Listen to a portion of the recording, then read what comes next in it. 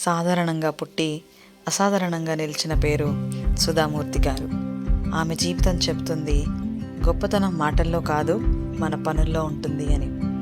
కర్ణాటకలోని చిన్న ఊళ్ళో పుట్టిన ఈ అమ్మాయి తన ప్రతిభతో టాటా మోటార్స్లో మొదటి మహిళా ఇంజనీర్గా చరిత్ర సృష్టించింది.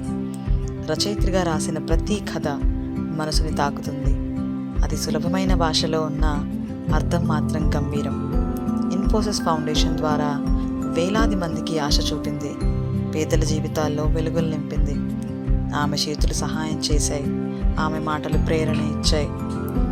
సుధామూర్తి గారు మనందరికీ నేర్పిన మాట, జీవితం విలాసం కోసం కాదు, విలువ కోసం బ్రతకాలి.